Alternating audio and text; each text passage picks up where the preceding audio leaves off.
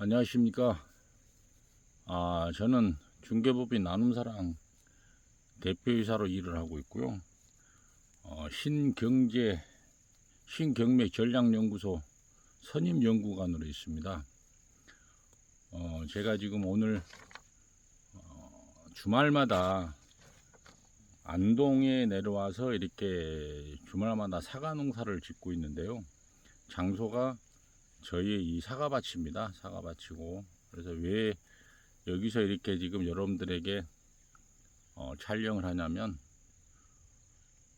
오늘 내려오다가 저희 회원 한 분이 부동산 촉탁 등기를 어떻게 하는지 법무사를 통해서 하려고 했더니 비용이 만만치가 않아서 셀프 등기를 할 수 있느냐 하는 그렇게 전화가 와서 제가 지금 짧게나마 비용을 절감할 수 있는 그런 방법을 할 수 있는 얘기를 전해드리려고 지금 이렇게 카메라를 켰습니다. 그래서 저희들이 경매를 받으면 등기를 해야 되지 않습니까? 근데 우리가 공부를 하다 보면 촉탁 등기라는 그 얘기는 알고 있죠. 촉탁 등기라는 얘기는. 그리고 촉탁 등기를 어떻게 해야 되는지는 모르죠. 단순히 경락잔금을 대출하고 나면 법원에서 등기소로 촉탁을 한다라는 이런 이제 이론적인, 쉽게 말해서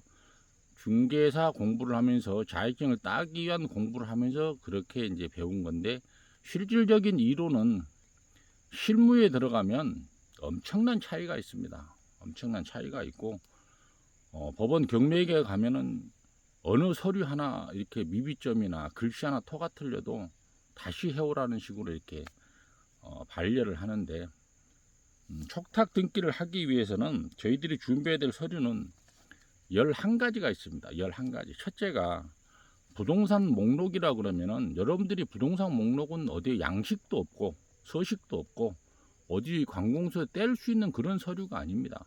부동산 목록은 저희들이 등기부등본을 토대로 해서 작성을 해야 되는 겁니다. 근데 이것도 작성하는 방법도 시간이 좀 걸리는데, 오늘은 제가 첨부 서류 관련된 그런 내용만 해드리고, 다음 영상에 부동산 목록 작성하는 이런 방법들을 자세하게 좀 설명을 해드리겠습니다. 두 번째는 부동산 등기부등본을 첨부해야 됩니다. 등기사항 전부, 등기사항 전부증명서라 해서 등본을 첨부를 해야 되고, 아파트를 우리가 경락을 받아도 토지대장 등본을 제출해야 됩니다. 건축물 관리대장 등본 필요하고요. 주민등록 등본도 필요합니다. 개인일 경우에. 법인일 경우에는 법인 등기부 등본이 필요하고요.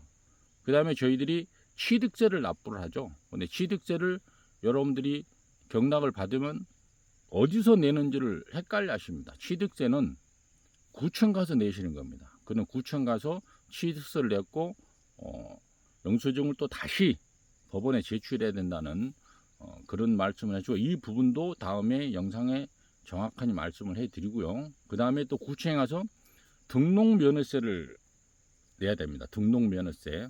등록면허세는 그 집에, 경매에 나온 집에 등록이 돼 있는 말소, 쉽게 말해서 빨간 줄로 그어야 될 부분들, 압류된 부분들이 있겠죠.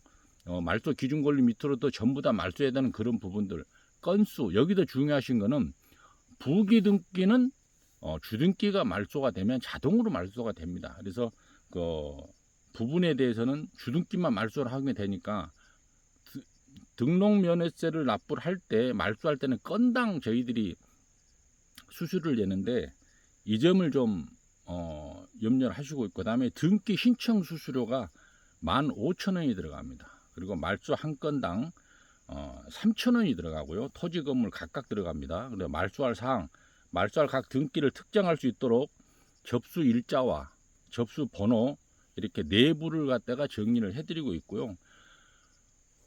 서울 그 중부 등기소 같은 경우는, 종로구 중구 같은 경우는 우표 5,600원짜리에 곱하기 2장 또 제출해야 됩니다. 그리고 국민주택 채권이라는 거는 경매하시는 분들은 이게 생소할 수도 있어요.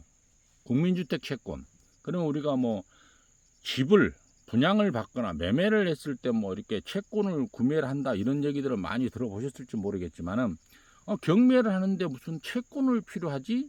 하지만은 경매도 국민주택 채권을 구입할 건수가 있습니다.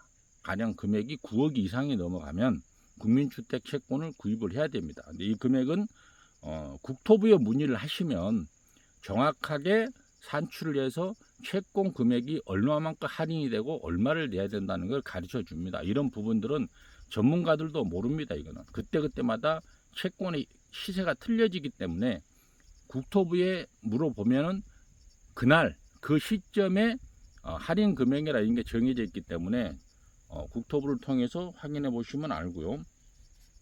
각기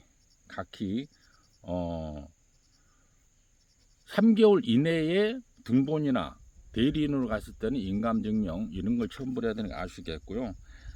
가령 뭐 토지 시가 표준액이 건물과 토지가 시가 표준액이 과세 표준액이 500만 원이 넘어가면 국민주택을 매입을 해야 됩니다. 매입을 해서 은행에 납부를 하고 은행에 납부하면 국민주택 채권 번호를 줍니다. 그래서 그걸 같이 등기 촉탁 신청서에 제출하는 건데 시간을 짧은 시간 내에 이걸 설명을 해드린다 그런 거는 좀 힘든 상황이고요. 오늘은 제가 서류가 이렇게 들어간다는 것을 말씀을 드렸고 다음 시간에는 저희들 그 경매 공부하는 분들과 강의 시간대 좀 더 많은 내용으로 여러분들한테 이 내용을 알려드리겠습니다. 감사합니다.